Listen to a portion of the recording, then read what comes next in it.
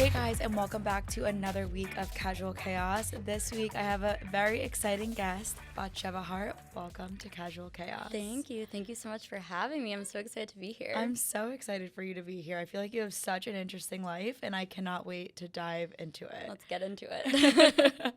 So you're based in Miami, but you've been all over the map. I feel like you're living your best life right now. I'm trying my best. I was in Europe for a month. I do I'm a snowbird at 32. You know, I do Miami winter, New York summer. So I feel like so I'm you're taking back advantage. and forth. Yeah. Okay, do you have a place in New York and then a place in Miami? I pay rent in Miami, so I'm a Florida resident. Taxes. And then when I'm in New York, I stay by my mom. So I have like a room there with all of my leave a set of clothing and skincare, makeup. So it feels like my own little apartment, which is nice. That's what I do with my dad. Yeah, because my dad lives in the Bahamas. Okay. So I leave like a set of stuff there, so I don't constantly need to bring it back and forth. Exactly. Whenever I get an Uber to the airport when I'm leaving Miami to New York, they're all like, "No luggage?" I was like, "No, just my handbag." Just bringing myself. Yeah. No, I love that. Easy travel. Easy travel. What are the odds of that? When does that ever happen? I know they look at me and they're like, "You don't look like someone who doesn't bring luggage." And I was like, "You don't know what I have in New York, but thank you." So, how many siblings do you have? I have 3 younger siblings. Okay. Yeah. All girls? I'm the oldest. I have 1 sister and 2 brothers. Oh, I love that. Yeah. So it's 2 and 2. 2 and 2. I love that. I always said if I don't think I'm going to get to 4 kids. Okay. I'm one of 4. Right. I have 4 sisters, and I am forever grateful for my sisters. They're your built-in best friends. But it's a lot. It is a lot on the parents, a lot on my mom. It's a lot. And how old was your mom when she had you? When my mom had me, she was 29. Okay. Because she got married at 28. Okay. And my dad was 30, 31.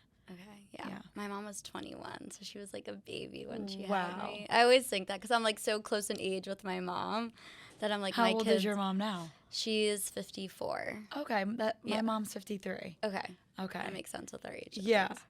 Okay, wow. Wow, that's super young. That reminds me kind of of my grandparents, but they did it even younger because oh my God. In Italy it was crazy. My dad's mom got married at 13. Yeah. 13 or 14. I got married at 19, so I think that's really I'm divorced. Oh my God. But okay, I think we'll that get into all of that. That 13? Oh my God. It's crazy how just the times have evolved. I feel like now people are like, get married in your 30s, chill for a minute, have kids in your mid 30s. Like it's just so much more relaxed now. Yeah. Even in Italy, marriage there is happening so much later, which is crazy because it used to happen so young. Right. So just the transformation is wild. We live so long now, so it makes sense that it's getting pushed off a little bit. Yeah, no, take care of your health. Yeah. So you had careers in both cities, Miami and New York. How do you feel like they differ? I think so. I do social media, so I can work remotely as long as I have my phone or a camera. And I would say New York, there are so many more events. I was constantly. I was going to 2 to 3 events a night. And then in Miami, I feel like it's way more spread out. There are events, but to me, they feel a little more special because it's not back to back to back. Yeah. They feel New York events different. every night. Every night, yeah. And I love that. And then I was fun. okay, I'm ready for a change of pace. So it's nice when I'm back here, I get to experience it a little bit more. But then when I go back to Miami, it's a little more zen and chill. Yeah. So you've been super open on your social media and on your podcast, Heart to Heart, about dating in both cities. So give us a rundown. Miami versus New York. What is your opinion on that? Okay. Well, New York, there are way more men. There's so many men. Yeah. So I would say, the nice part about that is, I never, you know how sometimes you can, date within a friend group? I never had that experience because there's just so many friend groups. So I never had, any crossover that I had to worry about. Really? Or, fear if, you're going on a date somewhere that you're going to, maybe bump into someone that you've also dated. Whereas in Miami, it's, super small. In my opinion, the dating world is very, incestual, not, in the family thing, but more just, I went on a date, probably my friend went on a date with him, or I dated his friend. Everyone knows everyone. Everyone knows everyone if you're running in the same circles. But I will say there are like way more like entrepreneurs living in Miami. There's more people who have a similar lifestyle to me where they're like Miami, New York, or they work remotely. So I think that aspect I really like, whereas New York is very like finance in the office. They don't have as much flexibility. 100%. So I think like both places have their perks. But I did just download Hinge like last week. I haven't been on the apps in forever, and I like and in Miami I don't touch it. Like it's not a good app there. But in New York I was like, whoa. Yeah. Like, where are all you men from? There must have been like a breakup season in the past 2 months because these are all fresh faces. Everyone loves to break up before the summer. I get it. And just Thank you. have fun. No, I know. A couple of my girlfriends, they're on the dating apps, and I feel like it's fun to just kind of download it and see what's out there, but then to actually execute it is a whole nother thing. Oh, for sure. Like, that's why I was so off them. Like, I'm over them. And I do think, like, I had a phase where I called it, like, my Hinge ho phase, and I just, like, went on a million dates with people because I was, like, newly single, and I'm like, let me live my life. Let me meet everyone. Honestly, fun. It was so good, and I wasn't, like, in this because phase. They're innocent. They're innocent dates. It's almost like you're speed dating. You're just getting to know the person and seeing if there's a connection. Exactly. And I was just like loving meeting new people. I was like very emotionally unavailable, so it was like a fun experience. And now that I'm more intentional about it, I'm like, okay, like, do I want to spend my night with you? I don't know. I started asking for FaceTime check-ins before. That's actually smart to know if they're a catfish or not. Yeah. Yeah. Or if they're just weird. Or like if honestly, they say something off-putting in the first 5 minutes, I'm like, I'm good. Yeah. We'll reschedule. We don't need, we'll reschedule. I'm actually busy on that day, so I won't be able to make it, but let's be in touch. That's honestly good. That's a good safety thing that you're doing. So which city do you think is the easiest to date in or easier to date in? New York. New York. There's just more people. Yeah. So, like, your chances of connecting with someone are easier. I will say I think Miami is a little more social. Like, meeting people out is a little easier because the crowds are smaller, and I feel like people are traveling there or they're transplants. So, everyone's just more open to talking as opposed to New York. I feel like people are, like, in their circle, in their head. They're not really looking to branch out.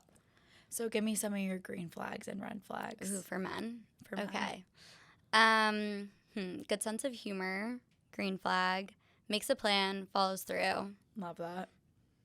Pre-48-hour mark. That's a must. Like, if you want to text me the morning of, like, oh, this is what we're doing, like, that doesn't really work for me because in my head, like, you're not showing up and I'm busy. So, plan ahead, sense of humor, kind, ambitious. Like, I always ask guys, are you happy with what you're doing? Like, and a lot of times they get no, but it's a paycheck. And I'm like, that's not going to work for me. Yeah. Dreamer, all those things are up there. I think that's the biggest turn on for a guy is their work ethic and ambition. Yeah. If my guy doesn't have work ethic or ambition, like, I can't relate to that. No, I can't either. And you have to have drive for yourself and also have that ambition to like want to strive and have, a healthy family and work for your family and support your family. And I think that's just kind of how I grew up. So seeing that visually and also how I am, I want my man to meet me where I'm at or exceed where I'm at. Exactly. Yeah, like if you're less than that, it's not going to work. And that's why when it's like, oh yeah, it's like a good paycheck, like maybe down, like no, like find what makes you do it now. Yeah, like what are we waiting for? Like you have no responsibilities. This is the time. Exactly. And then some of your red flags. Ooh. Okay, red flags. Like disrespectful or rude. No emotional intelligence. Like if can't have like a real conversation with me, or like you're very evasive. Avoidant personalities. I don't like people who are late, so that would bother me because I'm such an on-time person, so I don't think I could handle someone who's like a little late is fine, but like perpetual. Yeah, like some of my best friends, a lot of them are super late, but like they're my friends, and I could like. And it's okay. But to live with someone like that would be really hard for me. Yeah. So definitely those things. So what do you look for in a man?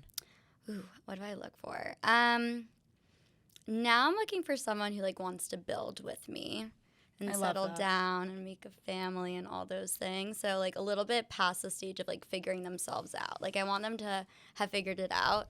Also, like, hopefully you have some relationship history that you've, like, figured it out with someone else, how to show up in a relationship. So, because I've already done that stuff. So I'm like, I really hope someone else trained you, and then I can reap those benefits. Because I trained someone else, like, they get to reap the benefits of whoever I dated. So that's, like, my ideal, like, they've experienced relationship before. At least a year. That's, like, my minimum. Yeah. Well, I mean, because you don't want to go through those experiences all over again. Yeah, and I get it. Like, everyone has a learning curve in a relationship, like how to be mindful of another person's time 100%. or think about their feelings. You're obviously going to learn something about a new person going into a new relationship. Yeah. But at least if you've had some prior experiences, you know the bare minimum. Yeah. Okay, don't do this to a woman. Maybe do this. Maybe do this. Yeah. Just little things. Mm-hmm. I like, totally get that. Yeah, knows how to communicate, like share your feelings with me or a therapist. I mean, communication's so key in a relationship. Like, communication and trust. If you don't have those two things in a relationship, it's pretty hard to build a stable and healthy one. Yeah, and I'm, like, so blunt with, like, how I'm feeling, so I need someone who can, like, match me. They don't have to be as blunt as I am, but at least, like, be able to, like, share what's going on, because that's just so natural. I was gonna say, I feel like we're very similar like that. You just, like, speak your mind. I've learned sometimes it gets me in trouble. Sometimes it doesn't. Now I feel like I'm sometimes people respect it. Sometimes people think I'm too much, and that's fair. Sometimes I think I'm too much as well. So it's, you know, finding your happy medium. Exactly. Like, we all have things to learn, but that's important, because I feel like, you know, you need to be able to, like, meet me there. And also something that's really important is remote, like, that they have flexibility. Not 100% remote. Like, I can be a little okay on that, but I do love my current setup that I have, and I would love for someone to be able to travel with me. And go with you. But still work. Yeah, of course. Experience life with you a little bit. What kind of energy or traits do you think women give off that attract those kinds of men? I've actually been really working on being more feminine, like, in my feminine energy, because I'm way more, like, masculine in terms of, like, I see a guy that I think is cute, like, I'm going to go say hi. But honestly, I feel like so many women don't do that, and that's also so respected. It's like a new thing for women, because I feel like women were so scared to go up to men and show that they're interested. Yes, and show that they're interested in men. But I feel like now women are doing that more so than men, because now the men are scared to go up to the women. They're such, I don't know if we're allowed to say, but, like, babies. Yeah, I don't know, whatever you want to bleep out. But, like, they're just, like, don't have the balls. I don't know what I'm allowed to say on this podcast. So, like, they can't do it. You're totally allowed to say whatever you want. I feel like that. But I will say, like, I think there's a medium. So, 100%. like, a few months ago, my, like, therapist was like, you don't know how to be pursued. Like, you're way too masculine when it comes to dating, and the type of guy you want to be with, like, is going to have those traits. So, like, she's like, just, like, try to, like, let people come to you a little bit more, but, like, keep your energy open. So I think that there's, like, a balance between the two. Like, I think making eye contact with someone, smiling, like, but holding their smile and their gaze to let them know, like, you have a green light, come talk to me, I'm open, I'm interested. Yeah, little hints. Little hints, like, waving at them. Just, like, showing your interest with, and I also don't think there's anything wrong with walking. Like, I've walked up to men all the time with, like, my number on a napkin and, like, walked away and, like, wrote single ? And then, like, I've gotten dates like that. I've sent cookies to guys. I've, like, I've dropped my number whenever I can. I've had friends walk over. So, like, I don't mind those things, but I think there's, like, a balance that, like, you can give the guy the green light and then let him and then, like, let him follow through a little bit. Yeah, I agree. I am in a relationship now, but for my single girls out there, what's the biggest excuse you've heard from a guy who didn't want to commit? Oh, all the excuses. Okay, I want to preface this by saying that I do think that there is something about you that you need to look at if you keep on attracting unavailable men. Like, for the past, I don't know, year and a half, I, like, would get to this stage. I had, like, 3 different guys that I was interested in, and then it would get to the, like, are we dating or not moment, and I would get the same, like, I actually realized that I'm not ready for anything. And, like, and they were always very respectful. Like, no, I've never been, like, led on in any way. And I do think that there are a lot of men out there that will just like be with a girl until she asks for something more. And these guys were just like, we know where this is heading and we don't think we can get there. Well, I think in general, if you are with a mature girl, okay, you meet, you're out, you go home. After doing that so many times, it comes to a point where you're like, okay, what are we doing? Yeah. And what the next step would be to seriously start talking, going on dates, and really building a genuine connection. But that's the next step. Right. And if the guy's not ready for that, then, you know, it's a constant cycle of just receiving this. Exactly. You're kind of let down in a way, you know, each time that happens. Oh, for sure. I was very like, but after it happened to me like 3 times in a row, I was like, okay, I need to look internally because like obviously I think like, you know, it goes both ways, but I do think women sometimes like need to look internally. It's like, okay, what am I putting out there that I keep on attracting these guys? Because I would describe them as like forward facing, want a relationship, but then when it comes down to it, aren't ready to take the next step. And then I went to therapy. Big advocate for your mental health, everyone. And I realized that like I had like some trauma from my divorce that I was so scared of like actually letting myself care for someone because I was scared of getting hurt. And once I worked through that, like the past like 2 guys I've like been a little interested in have been like the opposite. They're like, no, like let's like continue this, and I'm like, I don't know, like let's take it slow. Let me take a take a beat. This exactly. is my turn. So I feel like I have changed like the type of guys that I'm just naturally attracting now are like way more even though they're like younger than some of the other guys, it doesn't really matter. It's just like what energy are you putting out? So I think women do need to like. What energy did you switch? Because I feel like a lot of my friends are in this position, so I'm going to tell them to come listen to this podcast. Definitely come listen. And I think they're, you know, because they're ready for relationships, but the guys that they're gravitating towards obviously have all of the physical attributes. They're hot. Yeah. They're outgoing. They're a good time. But then when it comes down to the relationship aspect, they're too immature. Right. And they are not ready for it. They rather, instead of having this girl that's right in front of them that's ready for a relationship and ready for the next step, they rather go someone new. To the youngins. Yeah. They rather go to the girls that just turned 21 and have a good time. So I feel like, especially in the bar scene down at the Jersey Shore, it's summer. You're getting a lot of these good-looking guys, but it's also summer. They want to have fun. They're not looking for a relationship. But how would you say you switched that to gravitate more towards men that were ready versus not ready? I think that it's like in the beginning, like the first, second date moments, it's like, how are they showing up for you? Instead of like, yes, maybe they're attractive, they're taking you to a nice dinner, they're like saying like, oh, you know, like when guys do that, they like future you when you're like, this is our first date, like I don't believe you. Yes. So I think guys who do that too much are like unavailable, and they're just, because otherwise someone who's like really intentional about getting to know you isn't going to put that label like, say a we, or we should do this, like, you know, I'm going to take you to my hometown and show you this place. Like they're not going to do that because that seems way too intense for them because they know they'll follow through. Yeah. So I think like not love bombing, but like a little love bomby. Like if they're coming on really strong, like a lot of times it's a game for them and it's exciting and they love the chase, but then they don't love the like consistent showing up for you. So I think like that's one thing. Like I feel like your listeners are probably like in their 20s. Like if you do hook up with someone and have a sleepover, like are they staying over and having coffee with you in the morning, or are they like rushing out?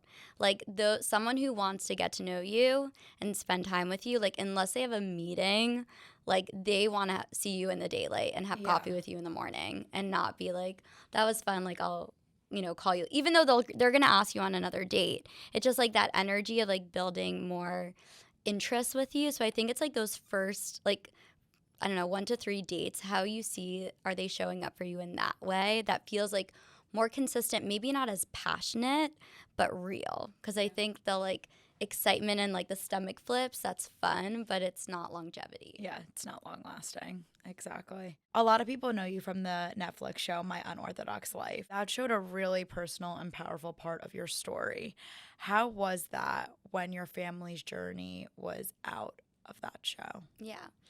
I mean, I know that you can relate. Like, it's a lot to share so much.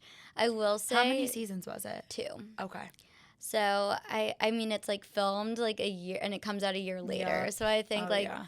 whatever... And you grow so yeah. much within that year. Mm-hmm. I feel like even now, I have a new show on Bravo that just came out this year, Next Gen NYC, and we filmed this a year ago.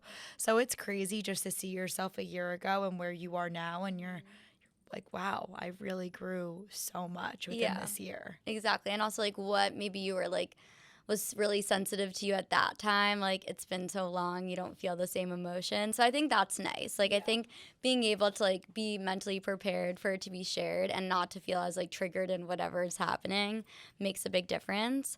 But it was really wonderful. Like, I love being able to work with my family and let's spend the time doing that with them. And also, like, I feel like my family story is so empowering, and it's been nice to share and, like, really help other people, like, break out of their communities or find their happiness, know that they can dream and live new lives and, like, still be, you know. And how was that first step, breaking out of the community? So my mom was the one who, like, pioneered it all, and then I was already married at the time, so I think my, like, leaving the community was a little more gradual because I did it with my ex-husband, so, like, everything was, like, what do we want to do together?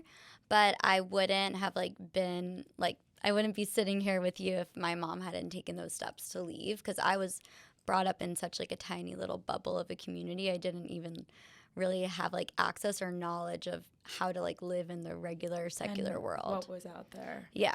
And so when your dad, did he support your mom leaving the community? I would say, I mean, my parents got divorced. Yeah. So. But he's remarried now. Okay. Love his wife. Is he in the community still? Yeah, not as, like, intense. He's Okay. more, like, modern Orthodox now. But he's always been, like, super supportive of, like, family. Like, we would do, like, Thanksgiving together and holidays. Like, my parents have, like, the ideal, in my opinion, divorce situation because they, like, get along really well. I love that. My parents have that That's same so nice. relationship. It's so much better for the kids. Mhm, It yeah. helps the transition, and it's easy. It's easier, I think. Yeah, like, my parents were always, like, family first. We want our kids to have both their parents in their lives and to not have to choose sides. And, like, I really admire them for that because I'm sure, and, like, your parents as well, like, I can't imagine it's easy, but, like, their priority was always us. Always and the I'm kids. really thankful. Yeah, that's amazing. In what ways did your mom explain your religion to you growing up? I mean, like, religion was just, like, how I was brought into the world, so I didn't really know anything else. It was just like, this is how we live our lives. This is what you're supposed to do. You follow this guidebook and these laws, and if you don't, then you're bad. So when my mom kind of, like, flipped the switch essentially and was like, no, don't believe that anymore, it definitely took me time to, like, understand. So did your mom grow up in the Orthodox religion as well? Yeah. So my mom, she just kind of came to the conclusion that this is not what she wanted. She, like, grew up, like, less religious Okay. when she was, like, in her early, like, childhood, like, pre-6th grade maybe. Okay. So, like, maybe she had a taste of it, but she didn't really know anything. Like, she was, as any of her adult years, she was very much in the religious world. And she just started, like, educating herself with, like, books and, I guess, TV and things like that. And that's how she learned a little bit, enough for her to, like, feel confident to leave. But did she get married at a young age as well? Yeah, my mom got married at 19. My sister is 25, and she's, like, the first, like, girl out of, like, I don't know how many generations to not be a teenage bride. Because I got married at 19, my mom got married at 19, my grandmother, I think, got married at, like, 17, and I don't know, I'm sure earlier before then. Wow. So it's really crazy. So she didn't put that much pressure on you. She kind of just... It was, like, kind of, you know, what was expected. It was like the next you graduate high school, like, you get married. So it wasn't really, like, I didn't feel like there was any other option. It was just kind of what you were supposed to do. Yeah, exactly. Wow. So how did the experience shape the way you approach life, love, and your independence today?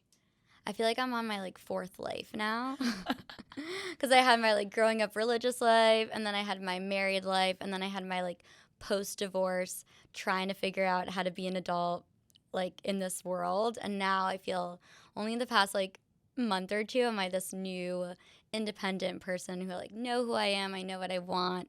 I feel like I've finally done all the like healing that I need to do for a relationship, and now I'm like this. I'm excited. All new things are happening. I'm so happy for you. Thank you. Looking back now, do you feel like there are still some parts of the past that influence you today? So I don't keep Shabbat anymore, which is basically like the day of rest in the Jewish culture. Where growing up, I didn't use like any you have lights on, but you don't cook, you don't watch TV, you don't get in a car. So I don't celebrate Shabbat, but I celebrate my day of rest where I don't post on social media for Shabbat, and that's like just something that I feel like is great for my mental health, and I like hope to always keep that up. So that would be like the only thing that I technically still celebrate or like integrate into my life. Beyond so just one day of a reset. Yeah, exactly. My day of rest. But that's and healthy. It's beautiful. Yeah.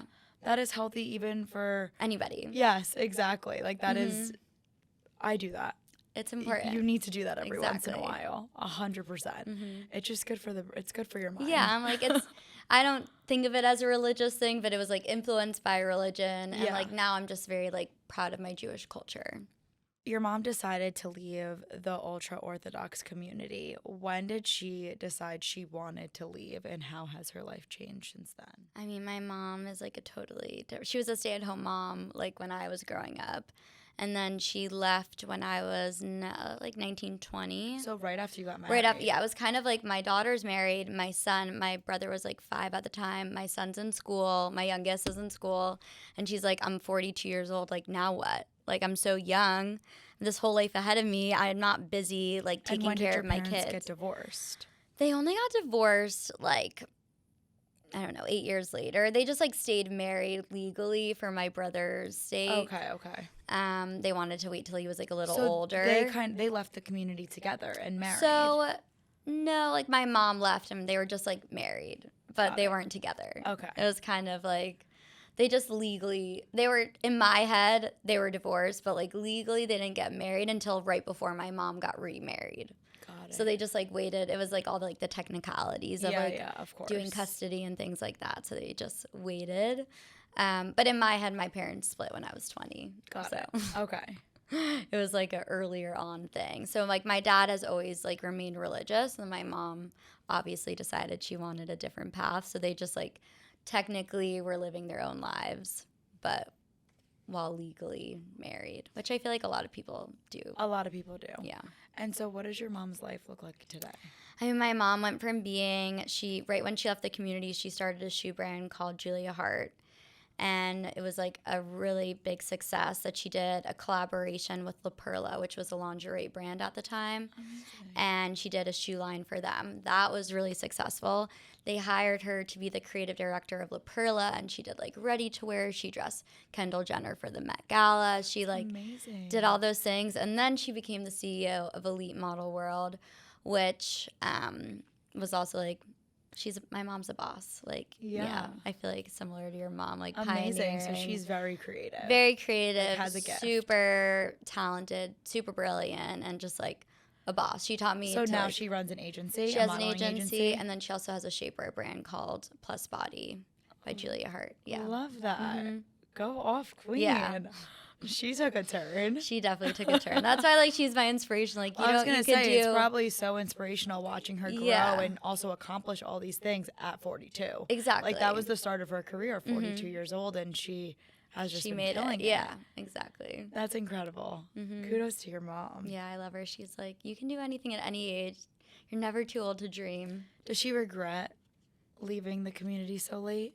I don't think so. I think, like, to her, everything it was, like, like, she did it when she was ready to do it. I feel like that's with, like, also relationships. It's, like, a lot of times you should do it earlier, but, like, you're not able to, like, fully follow through. So it makes sense when you do leave. And it all happens when it's supposed to. Do you ever feel pressure from anyone in your extended family to join the ultra-Orthodox community again? I don't get peer pressure. So even like family pressure, I'm kind of like, I do my own thing. I think because I had to leave something and it took so many steps, like within the religious community and my marriage, I'm like, I do what's best for me. So like no one feels, like I feel like I don't exude energy where you can like try to change my mind. Love that. Yeah, like I try to be respectful and, hope they're respectful of my choices. You got married at 19 years old. When did the two of you get divorced? We got divorced at 28. So we were together for a long time. Wow. Yeah. So you recently just got divorced 4 years ago. Mm-hmm. Yeah, almost 4 years. Yeah. We met when we were 17. We got married at 19, which was like the natural progression of like saved ourselves for marriage. Happened pretty quickly. Yeah.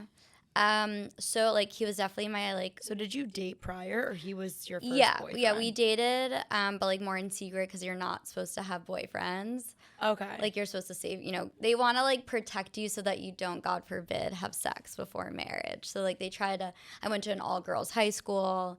I didn't like have my first kiss until I was 17, and like me rebelling out of high school with like a boy, like a family friend.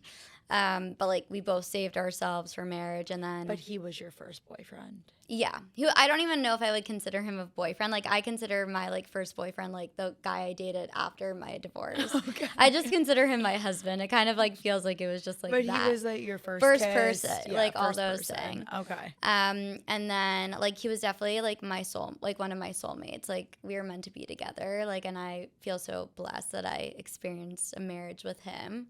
But like I just think choosing your forever partner at 19 is really young. Like we both like grew so much, and I realized like I don't want to live this life anymore. And even though we were growing very much like at the same rate, more modern, like I realized when it came to like how to raise a family and what kind of like kids and all those things, like we didn't see eye to eye on like religion anymore and how we wanted to live our lives. And because we got married so young and we had like such a beautiful friendship, I think we decided like let's not risk like Did ending. he want to take the Orthodox route? Yeah, like he wanted to still, I don't know how he feels now, but like at the time he still wanted like a religious home and things that I just like wasn't willing to change my mind on, and I didn't want to like convince him to change his mind. So I think we like both decided that it was best. Like we had like as amicable of a split as you could, because we also had like such a deep-rooted friendship that existed that I think like that was even harder for me because there was nothing wrong. He didn't do anything. Like people like were trying to find the tea, and I'm like, there is no tea. You guys kind of just grew apart. Yeah, exactly. Like 19 is just really young to get married. But it was also real life stuff, that you were looking at for the future, for your family. And those types of things, if you disagree on them, it's core hard. Values, like you can't come back from, in my opinion. For sure. Do you regret getting married so young, or do you feel like everything happens for a reason and you were supposed to experience that lesson? Exactly. Like, I don't like to have regrets in anything. I do think, like, I would not want my child to get married at 19, but I'm, like, thankful for, like, the life I live now because I don't think, like, I think he was, like, my rock through all the changes that my family went through and just, like, finding myself. Like, I'm so thankful that he was my person throughout that time. So as your family was leaving the community, though, I know you said that he wanted to still hold that religious practice in your household. How did he feel leaving the community then? Did he leave with you? Yeah, so it was more like he grew up like a little more modern than I did. Okay. Like his family was more open-minded than mine was. So it was more like we just gradually became like more modernized together, and it was very much like we would talk everything through. But then when it got to a point where like we didn't see eye to eye on how we were going to live, he was very respectful of like my choices and I was respectful of his. But ultimately, I think like when you want to have kids, you should be on like the same wavelength at least. Like we weren't in the same chapter anymore. So it was fine when it was just me and him because we were both very respectful of each other's choices. Did he do social media with you? He was on it, yeah. Definitely, like, I wouldn't say it was, like, his thing, but he definitely was involved, and, like, I loved having him on. Like, my next partner will definitely be, like, open to it. Yeah, it's fun. Yeah. Just even, like, the little TikTok a little trends bit, yeah. and just here and there. having fun with it. Exactly. Are you still in contact with him today? We're not in contact. I would say if I needed something, like, I would reach out to him, but we're not friends. And if I bumped into him, like, it would be nice to catch up. But respect level. Exactly. Yeah. So after your divorce, you decided to leave the religious lifestyle completely. What does your life look like now, and how long did it take you to feel comfortable getting back into the dating pool? So I would say my life looks so different now. I think like I think everyone should experience like being single in their life because especially like as an adult, because you get to like make choices that aren't influenced by anybody else. Whereas I feel like in relationships, which is super natural and also really beautiful, like everything is like, how do you feel? How do I feel? Like, this is what I want to do. How do you feel about it? And I think those are like wonderful experiences to have. But I do think being able to make my own decisions for myself without having anyone's like thoughts in my head about how they're going to feel about it has been really empowering and exciting. And that's why I feel like I did have like one relationship after my divorce, and that was like huge learning lesson. But I think it took me, like, I'm experiencing all the things that most people have in their 20s, like, in my 30s. You started your experience at 28. Yeah, like, and I was which almost is so 29. crazy. So, yeah, I'm like, I don't feel like I've been single that long. Whereas, like, when I'm around people and they're like, oh, you're 32. And I'm like, yeah, I am 32. Yeah. But I feel like there's so many, like, things that I learned about myself along the way that have been really wonderful. So I'm, like, so thankful for my journey. I also feel like people are saying you're the new 20s or in your 30s. Yeah. So you are more than fine, girl. Live your life, experience, have fun with it. Yeah. And just embrace it, because the fact that you're even experiencing that now is a blessing. Yeah. I'm so thankful. How was it from being so modest and conservative to, I mean, you look fire, girl. Thank you. But like, how was that transition? Was it fun? It probably felt like you were having a whole new wardrobe. Yeah. And just the shopping must have been. It was so like a much mix. fun. Like, part of it was like, I felt very insecure, like showing anything off or feeling comfortable in my body. And I remember just like looking at people like in bikinis and being like, oh my God, like, how do you do that? Like, that's so, but now I feel like the sense of freedom that I'm able to like make my own decisions for myself. And like, if something feels comfortable on me, then like, I'm happy to wear it. Or sometimes I'll push my limits. And when did that transition start? Did it start when you left the community at 19 or no? I would say like maybe when I was like 22, I like gradually started being less modest. And then, like, when I hit maybe, like, 27 was the first time I wore pants. And then, like, within that 27, 28, started wearing, like, sleeveless tank tops. Like, everything was very, very gradual. So that's why I feel like so many things are still new to me, because I didn't experience them growing up, like, at a normal age. So how quickly did you get back into the dating pool? Yeah. I would say, because you said you had one relationship after your marriage? Well, I first like dated a lot. Like a lot.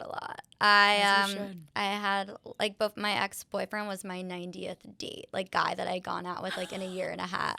No way. I know I don't know what the average is, but like I would go on like 2 dates a night. I was like wild. I was just out there meeting so many people, which I think was really necessary for me at the time. It's not like you kissed every person. Oh, you just hell no. got to know everyone. No, definitely not. But it was just like fun. I think I learned a lot about what I liked and didn't like from going out with all different kinds of people. Which is amazing. Which I think you is didn't like have that experience. Never had that experience. I didn't know anything. I also was like, I think there's 2 stages. Like, people can go out on dates. Like, I was going out for fun. And then there's different points in my time where I'm like, when I'm more intentionally dating, I'm not going out as much. But I think I was always very like straightforward on the date. Like, I just got out of something. I'm not like looking, but I'm open. That was kind of my statement to guys when they would be like, so what are you looking for? Because I think they could sense on me that I was so unavailable. But then like guys, they're attracted to that sometimes too. Yeah, they're like, I want to lock you down. I'm like, no, don't hold my hand, please. Like, that's so scary. So I think it was, I would say like took me maybe 3 months to go on a date.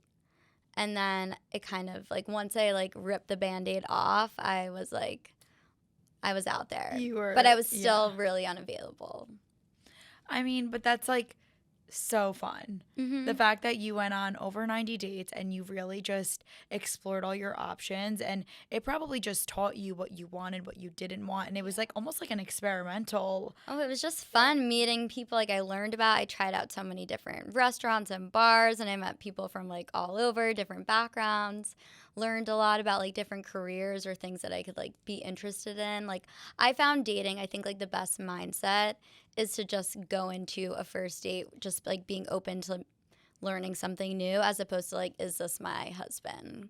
Because then it makes it more enjoyable when you're like, oh, I'm trying a new restaurant, like, cool, even if I don't like him, at least I'm gonna have a good meal. Like, I'm all about like spinning everything for the positive. So like, try to find like the nice things about experiencing dating instead of being like, it's annoying.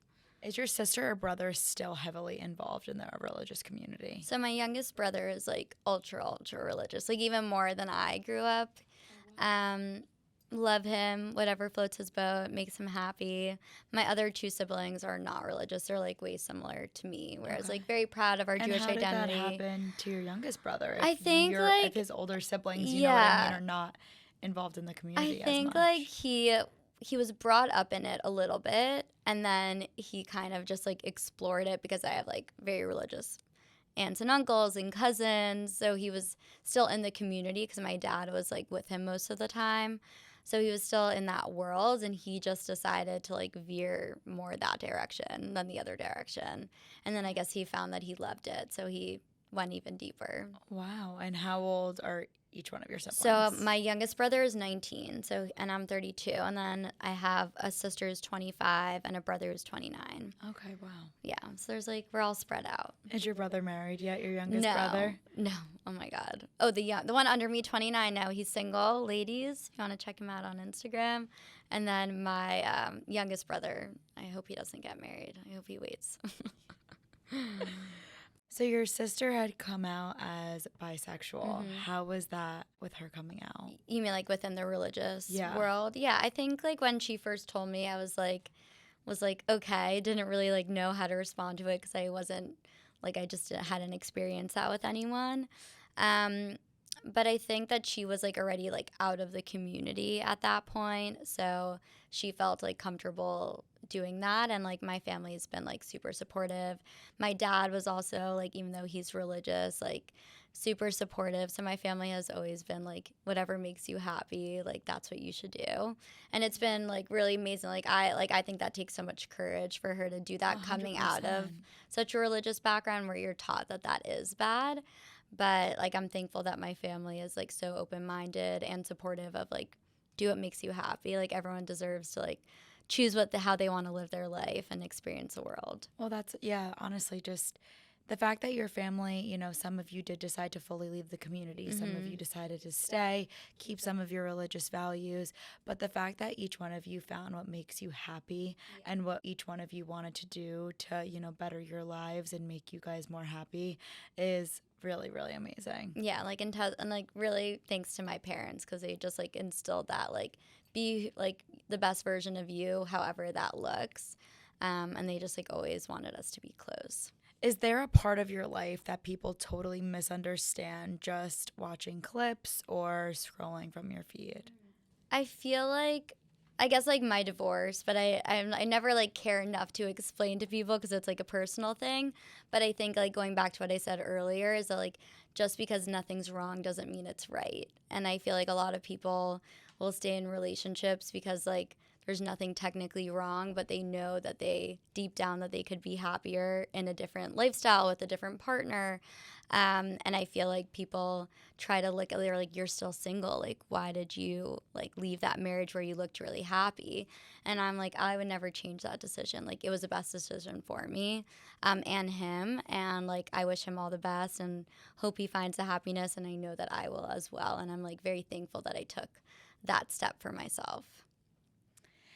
You've really built such a strong online community, especially with women. And your family has probably just inspired so many people in the Orthodox community to leave and really express themselves and be who they want to be in this life. So how did you decide what parts of your life that you wanted to share? Yeah, I think like having the show really helped because pre-show I didn't really like share anything personal. Even about my religious journey, I was like very closed off. Like I didn't want anyone's opinions because I know whatever you post online, you're going to get opinions, which you know. And it's hard, like building that thick skin to not let people's comments or opinions of you matter took me a long time. But then I think once the show came out, I felt way more comfortable having a voice. And I'm like, okay, a lot of my like life is out there anyway. People have opinions already. Like, let me just share more. And I found that sharing like my divorce and being single and finding myself has been like therapeutic in a way, right? Yeah, and it's nice, and it's also like nice to connect with so many women who have experienced similar things, or hear how like me sharing has inspired them to like take a chance on themselves or end their situationship or leave not that I, am telling people to leave relationships. I just support like living your best life and like not feeling like one person dictates your future. So I feel like those things have been really wonderful to connect, and I found that it can be intense sometimes. Like, I know whatever I share, people are going to have, no one's going to agree with, like, not everyone's going to agree with me always, and they're never going to agree with me. So no matter what, whatever you post online, you're going to have those people that agree with you with their full heart, and people who completely disagree with you. And that's just kind of what you get for being a part of online. Yeah, it is what it is. And I love it. Like, and I'm so thankful. Like, there's so many more like beautiful things on social media than the negative. So I try to always focus on that. 100%. So what are you up to now? I also have a podcast, Heart to Heart, where I talk a lot about dating. And I did launch a course called The Beginning of the End, How to Know When to Leave. And it's just like a 5-video course with like worksheets and like journal prompts and all these things, like information that I wish I had, that someone would ask me when I was debating like if I wanted to leave my marriage and even like leave my, end things with my ex-boyfriend. So I tried to like take all the things that I've learned and like what helped me process making that decision and put it out there to share with other women. So that's something that I'm promoting now as well. Oh, I love that. If you guys want to hear more about Batsheva's life and her advice, make sure to go look at her course, The Beginning of the End, and listen to her podcast, Heart to Heart. Thank you so much for coming on Casual Chaos. You have definitely inspired so many women and families, so you should be really proud of that. Thank you. So great to meet you. So nice to meet you. Thanks for having me on, guys. No problem.